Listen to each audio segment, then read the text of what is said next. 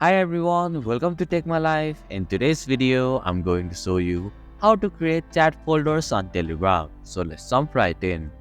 First, open the Telegram app on your device.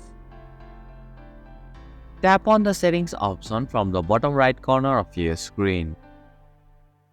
In the settings menu, tap on the chat folders option.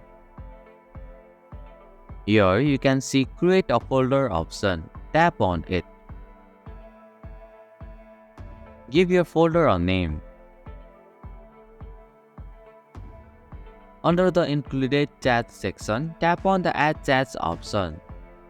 Select the chats that you want to include in the folder. Once you have selected the chats, tap on the Done button in the top right corner. If you want to add chats to exclude, you can do so here. If not, simply tap on the Create button in the top right corner.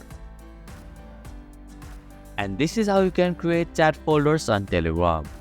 Thank you for watching Take My Life.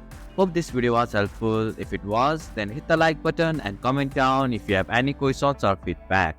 Also, if you are new to our channel, please subscribe and hit the bell icon so that you won't miss our upcoming videos.